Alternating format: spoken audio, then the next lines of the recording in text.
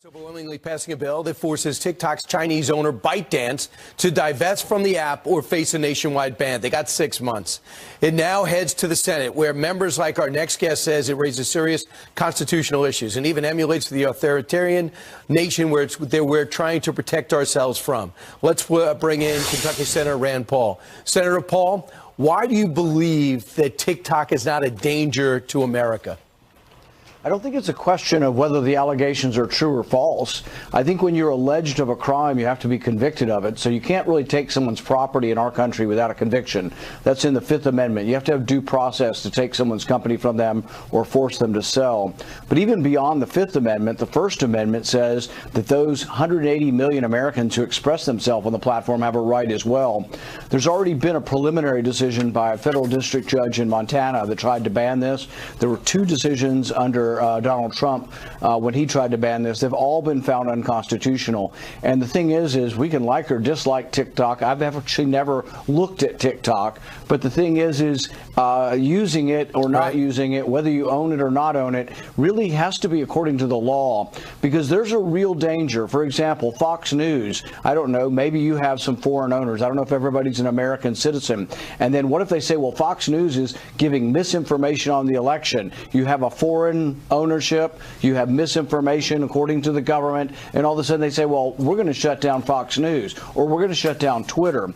So the bill isn't just about TikTok. It mentions TikTok by name, which is also a problem because laws are not allowed to target one company, but there is also a danger that it goes beyond that. So I want you to hear with the FBI. So in terms of banning it, I think national security should trump that. And it being that we're finding out that Beijing is designing this algorithm to help divide America over the hot issues that you debate every day in Congress, from race to gender and all these other things, knowing that it's been around since 2016, Gordon Chang came out and says it's like allowing 170 million spy balloons over America. And here's what the FBI director said yesterday.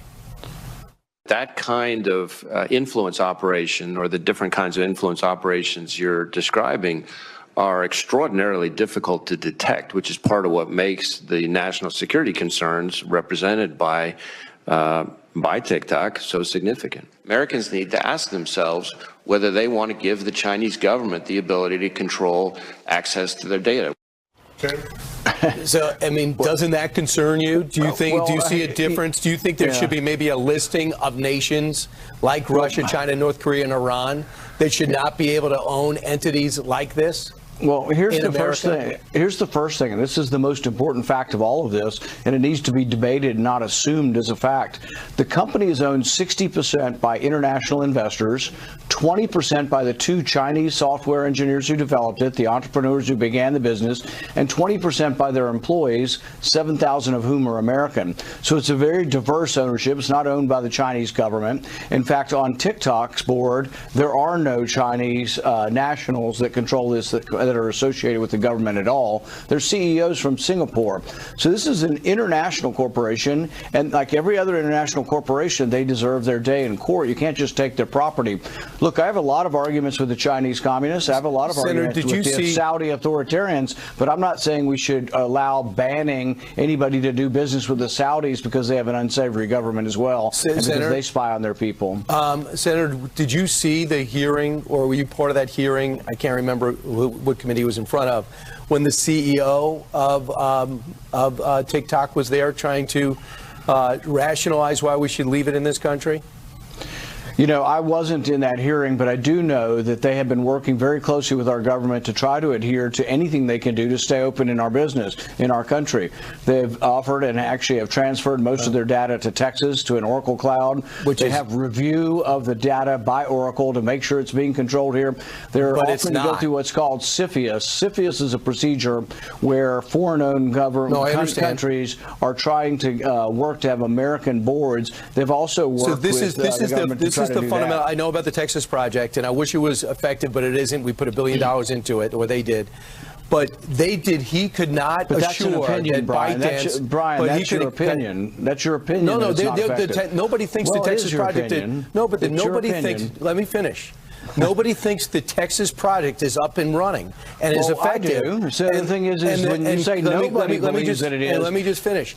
They could not answer. The CEO would not assure that Beijing would not have access to personal information for 170 million Americans. I don't think that's true. I don't think which that's is true. number one with young people. It is true. The number one with young people even if it is were true, now. Brian, it's an allegation. You are making allegations against a company owned by Americans, and you have to prove it in court. Who owns that company? Who owns that company? ByteDance. ByteDance is owned by China. No, it's not. See, that's a lie, and you're defaming the country. You're defaming the company. 60% of it is owned by international investors, 20% is owned by the software developers who are Chinese, and 20% is owned by the employees, 7,000 of whom are Americans. So it's a complicated controls the ownership, algorithm? but it's not owned by the government. It's not about profits. Who owns the algorithm? TikTok owns their own algorithm, and it's actually not in China. And who owns TikTok? ByteDance.